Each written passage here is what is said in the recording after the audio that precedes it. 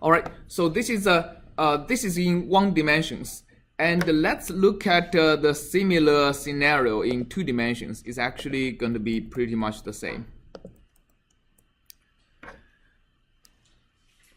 So in 2 dimensions, let's write down the same formula again. D of II times xi k plus 1 would be equal to bi minus a minus d times xk, the ith grid point. Well, except for 2D, the grid point I, let's actually make it a capitalized I, actually consists of 2 indices, I and j, right? So where I is equal to I and j in a particular mesh. So let's say this is I, j, this is I plus 1j, this is I minus 1j, and this is I j plus 1, and this is I j minus 1, right? So in this case, dii is, for Poisson's equation, dii would be also would be minus 2 over delta x squared plus minus 2 over delta y squared. Right, so the Poisson's equation, if you write down the equation, the Laplacian term is discretized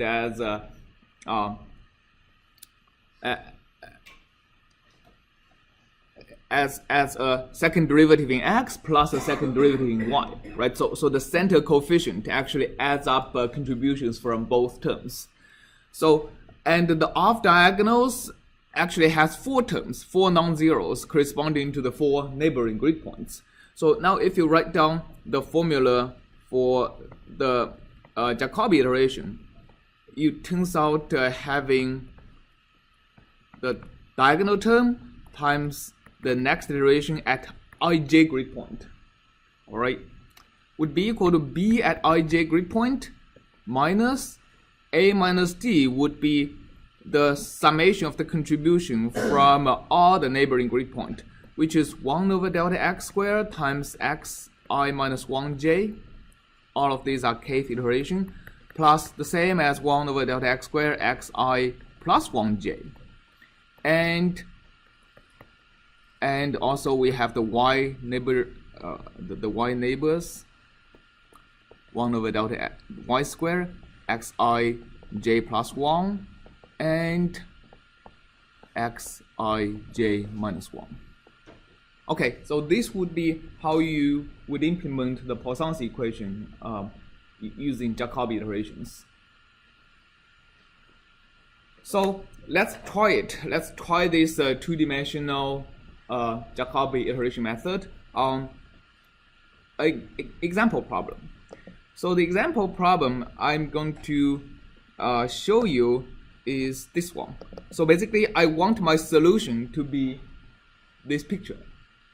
All right, and I'm going to show you how the Jacobi iteration is going to iterate and converge to this picture. So what I'll do is I'll import this picture into MATLAB. So it's going to be a 4095 by 4095 matrix. So and create a variable. See, I think I just say finish. So it's going to create okay, u int 8. I really want to float, and I just want one of these colors. So let me just maybe take the red color. Okay, so my x true is going to be F35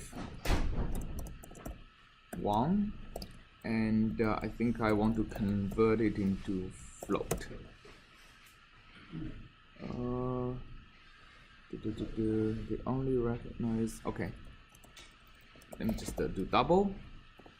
All right, so now I have a 4095 by 4095 double. Okay, and I think I can do IM show x true to get the true solution. Okay. Oh, I think well, I think when it's int 8, it's the value goes from 0 to 255. So when I convert it to double, I think I need to do x true equal to x true divided by 255 to actually get to the range of 0 to 1, so that I am sure, yeah, now I am sure actually shows the red component. So let's take this to be my true solution. And well, this is usually, this is the method, the approach we are going to adopt now is called a method of manufactured solution. It's actually pretty commonly used in verifying the implementation of solution to PDEs.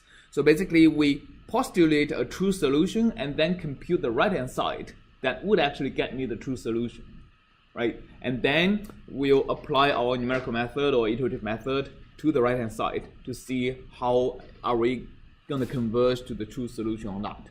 So if I have the matrix A, the discretization of the Poisson's equation, I'm going to apply it to this true solution to compute what the right-hand side should be. All right. So now let's actually implement our matrix without actually constructing the matrix. Because as you can see, the image is actually pretty huge. It's about well, 16 million, right, grid points in total. And if you construct the matrix, it'll be a 16 million by 16 million matrix, and I don't want to do that. All right, so let's actually write a code to evaluate the Laplacian. Okay, so the input is just going to be x as a two-dimensional array, and this is Laplacian of x, or in some sense ax. Okay, so what this do is I'm going to first of all make Laplacian of x is going to be well, let me first compute n. Okay, n is going to be size of x1. Is that the right way to compute x? So let me do this. So I have a grid of whose index goes from 0 to n plus 1. Okay, so because I want n to be the number of intervals, and the reason I'll show you later when we actually go to multigrid. Okay, so let's take n to be the size of x minus 1. So size of x1 just looks at one of the dimensions, and in this case the two dimensions are the same. So I'll just take this, and dx is equal to 1 over n. So let's imagine the domain to be just 1 by 1. All right. Okay. So the Laplacian, first let's make it zeros n plus 1 by n plus 1. So let's actually make the Laplacian to be something that is only useful from 2 to n minus 1, right? From 2 to n. So we'll basically just let the boundary to be 0 so that we match the size of x. So basically the x in the boundary, we leave it as boundary conditions. So we don't compute the Laplacian over there. We only compute the Laplacian in the intermediate, in the 2 to n minus 1 to 2 to n minus 1 would be equal to, well, let me just say dy is equal to dx. So the Laplacian is going to be computed from x 1 to n minus 2 plus x 3 to n minus 2 times x n 2 to n minus 1. So all of these are going to be, so all of these are going to be taken for the y index is going to be 2 to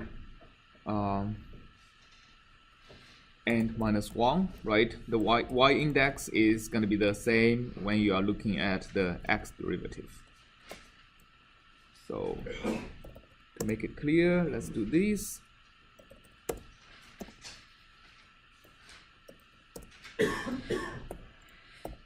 Okay, so now this is divided by dx squared. So that's the x derivative, right? Okay, so let's also put a y derivative. So the y derivative is pretty much the same, except for the x index is always 2 to n minus 1, and the y index is going to be 1 to n minus 2 plus x2 to n minus 1 and 3 to n, 2 times x2 to n minus 1 to n minus 1. Okay? Minus, yes, thank you. Alright, and we also have to divide by dy squared. So that's our Laplacian. Alright, so let's try it on our x. B is going to be the Laplacian of x true. Does this work? Okay, it works. So basically we have a b that is of the same size as x true, and if you do I am sure of b, well, you get something that is going to be the Laplacian of x, and if you're able to solve ax equal to that b, you should be getting the original x, right? So now let's do that.